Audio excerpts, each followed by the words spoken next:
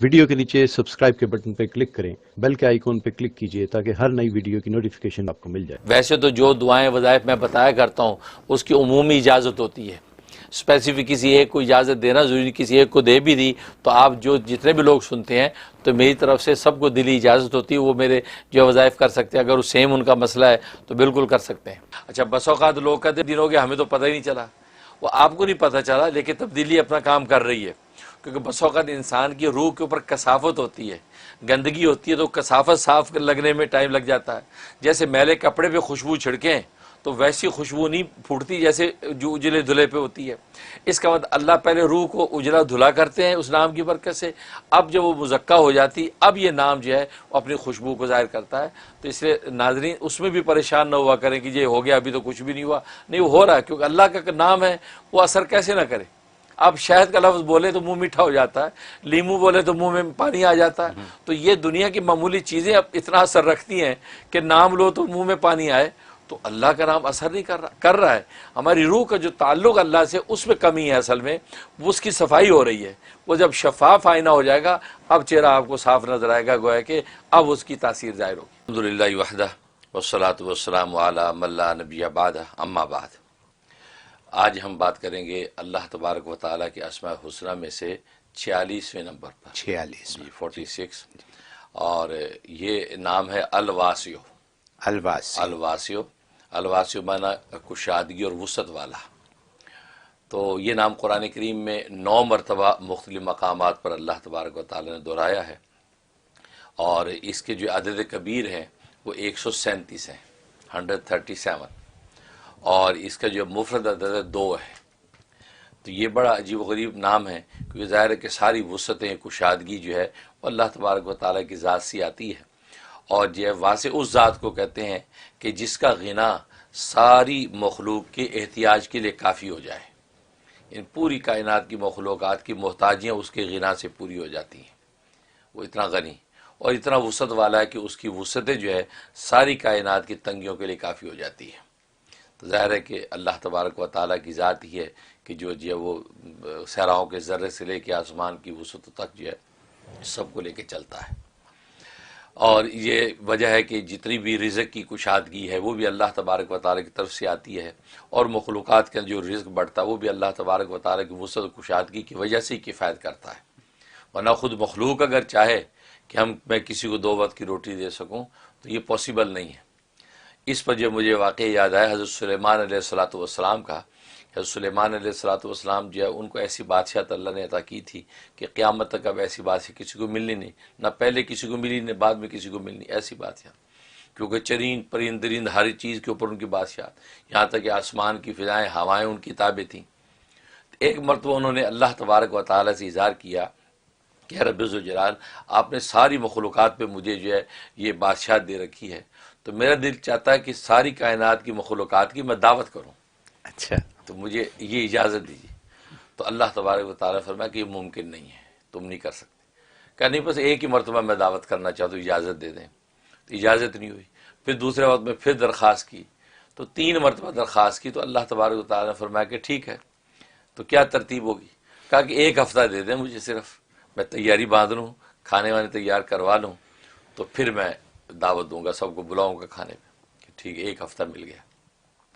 اب حضرت سلیمان علیہ الصلوۃ والسلام نے جنات اور انسان اور ساری ہواؤں فضاؤں کو لگا دیا، چلو بھائی دنیا میں جہاں جہاں رزق کے خزانے جمع ہے سارے اکٹھے کرو، اور بڑی بڑی دیگیں لگا دیں جو کھانے پک رہے ہیں جناب، اور گائے بھینسیں لے آئے ہر طرف سے اٹھا کے، جنات ان کو ذبح ہو کے ان کو پکایا جا رہا ہے، اور ہواؤں کو حکم دیا تو ہوا کھانے کے اوپر جو ہے مسلسل چل رہی تاکہ وہ کھانا خراب نہ ہو۔ پورے ہفتے میں پہاڑوں کے پہاڑ لگ گئے، کھانا تیار ہو گیا، اور وہ سمندر دریا کے کنارے پر بہت بڑی ساحلی پٹی، اس کے اوپر یہ سب تیار کر دیا۔ جب کھانا تیار ہو گیا تو اب جو ہے اللہ تبارک و تعالیٰ کی ایک مخلوق جو ہے وہ سمندر میں سے بار بار منہ اٹھاتی ہے، ایک مچھلی بہت بڑی، تو کہتی کہ بھئی کب اجازت ہوگی کھانے کی؟ حضرت سلیمان نے فرمایا صبر کرو، بہت کھانا بہت ہے، تمہیں بھوکی نہیں رہتی، تو ملے گا۔ تھوڑی دیر بعد پھر وہ منہ اٹھائے کہ جی کب اجازت ہوگی، بھوک بہت لگ رہی ہے۔ کہا کہ صبر، بہت کھانا ہے، کھانا ہے کھانا، تم کھا کھا کے یہ نہال ہو جاؤ، کہ صبر کرو، ابھی اجازت دیتے سب کو بلا لوں۔ تو اب وہ 2-3 مرتبہ اس نے جب اصرار کیا تو اللہ تبارک و تعالیٰ نے فرمایا کہ بے بھوکی ہے، اس کو تو بیچاری کھانا مانگ رہی. کہا کہ رب اتنی بڑی میں نے دعوت تیار کی ہے تو بس بلاتا ہوں بس ابھی. تو پھر انہوں نے سوچا چلو اس کو بہت ہی بھوک لگی، چلو تم ہی آ جاؤ. تو مخلوقات کو بلانا کہہ دیے کہ آ جاؤ بھی. تم ادھر مچھلی کو کہا کہ چلو تم جو اپنا پیٹ بھر کے تم تو سائڈ پہ ہو تاکہ اور بھی کھائیں. اب وہ مچھلی جیسے نکلی اس سے سارے کے سارے پہاڑ ہڑپ کر لیے، سارا ملیے میٹ کر دیا، پورا جناب دسترخوان صاف، ایک ہی لقمے میں اسے کھینچ لیا. حضرت سلیمان تو دیکھ کے مدہوش ہو گئے، ہوش میں ہے کہ سبحان اللہ، اللہ اکبر، یا اللہ یہ کیا ہوا. تو مچھلی کو کہا یہ تم نے کیا کیا، یہ تو ساری کائنات کی مخلوق نے ابھی جمع ہونا تھا، تو سارا کھا گئی. تو اس پر مچھلی کہتی کہ یہ کیسے کریم آپ میزبان ہیں کہ مہمان سے آپ ایسا سوال کر رہے ہیں. مہمان تو جتنا جیسے کھا جائے، کریم پوچھتا ہی نہیں، تو آپ یہ کیسا سوال کر رہے ہیں. ایک تو یہ کہا، اور دوسرا فرمایا کہ یہ جو تو لقمہ دیا، یہ تو میرا جو دن میں 3 لقمے ایسے کھاتی ہوں، اللہ مجھے اس طرح کے 3 لقمے کھلاتے ہیں، یہ تو 1 لقمہ ہو گئے، 2 لقمے تو ابھی باقی ہے بھوک میری. اوہو، حضرت سلیمان سجدے میں گر گئے کہ رب ذوالجلال واقعی ساری وسعت کشادیاں تجھ پر ختم ہے، تو ہی لوگوں کا پیٹ بھر سکتا ہے.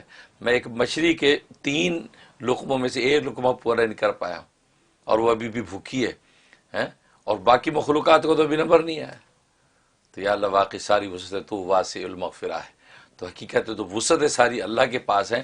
آپ بندے کو اللہ کشائش دیتا ہے، وسعت دیتا ہے، دسترخوان وسیع کرتا ہے. بس انسان کو اپنا قلب وسیع رکھنا چاہیے، کیونکہ قلب کی وسعت کی کوئی انتہائی نہیں ہے، ورنہ مادی وسعتوں کی انتہائی ہیں. تو قلب وسیع رہنا چاہیے کہ ہو تو عطا کریں گے بھائی، نہیں ہے تو کوئی بات نہیں، اللہ کی مرضی پر راضی ہیں. بس یہ کیفیت رہے تو اللہ تبارک و تعالیٰ اپنے وسعت والا جو نام ہے واسع، اس کے اجلال سے نفع پہنچاتے رہتے ہیں. سبحان اللہ. تو یہ اللہ کی ذات ہے. جہاں تک اس کے فضائل و فوائد کا تعلق ہے، کوئی زہر کا اثر ہو گیا کہ بچھو نے کاٹ لیا، سانپ نے کاٹ لیا، یا کسی دوائی کا ریئیکشن ہو گیا، یا ریئیکشن ہونے کا خطرہ ہے کہ ابھی آپ نے دوا لی نہیں لیکن آپ لے رہے ہیں، ڈاکٹر ریکمینڈ کر دیا، آپ سوچتے ہیں پتہ نہیں مجھے سوٹ کرے گی کہ نہیں. خاص طور پہ آج کے لیے کورونا وائرس کی جو انجیکشن ویکسین لگ رہی ہے، کتنے لوگ ہمیں پوچھتے ہیں کہ حضرت وہ کچھ ہو نہ جائے، پتہ نہیں کیا ہے، 5 سال بعد آپ پتہ چلیں گے ریئیکشنز، یہ نہ ہو کہ کچھ ہو، کیا کریں. اب حالات ایسے کہ لگوانا بھی ہے، کوئی چوائس ہی نہیں ہے، کیا کریں. تو اس کے لیے اس میں بڑی زبردست تاثیر ہے. گویا کہ آج کل ویکسین کا زمانہ اور آج یہ نام آ گیا. تو یا واسیو، اس میں بڑی تاثیر ہے کہ انسان اپنے نام کی عادت نکال لے. اگر نام کی عادت پتہ نہیں تو 137 کو جو ہے 5 مرتبہ آگے ضرب دے دے. 5 مرتبہ ضرب دے کر جتنا عدد آتا ہے اتنا عدد ورد کرے، روز ورد کر کے یہ اپنے اوپر دم کرے اور پانی دم کر کے پانی پی لے. اول آخر 11 مرتبہ درود ابراہیمی پڑھے.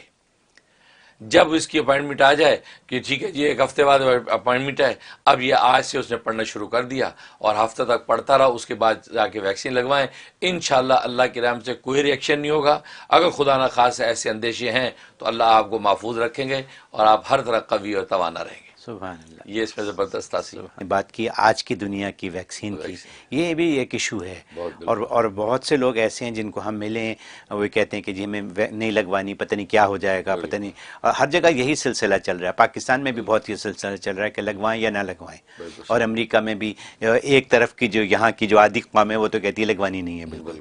تو ان کی وجوہات یہی ہیں. اگر اپائنٹمنٹ آ گئی تو اس میں لگوائیں تو بالکل لگوا سکتے ہیں، کیونکہ اس میں جو انجیکشن لگانے میں، ویکسین لگانے میں کوئی مذاکرہ نہیں، روزے پہ کوئی اثر نہیں پڑتا، بھلے وہ رگ کا ہو یا جو اسی طریقے سے مسلز کا ہو. کیونکہ شروع میں یہ علماء کرام بعض دفعہ یہ تقسیم کرتے تھے جب تک پائے تحقیق تک بات نہیں پہنچی تھی کہ رگ کے اندر لگوائیں تو یہ حکم ہے، گوشت لگوائیں یہ حکم ہے. لیکن اب جو ہے یہ فتویٰ اسی میں ہے، کسی بھی قسم کی ویکسین ہو آپ روزے کی حالت میں لگوا سکتے ہیں، اس پہ روزے پر کوئی اثر نہیں پڑے گا.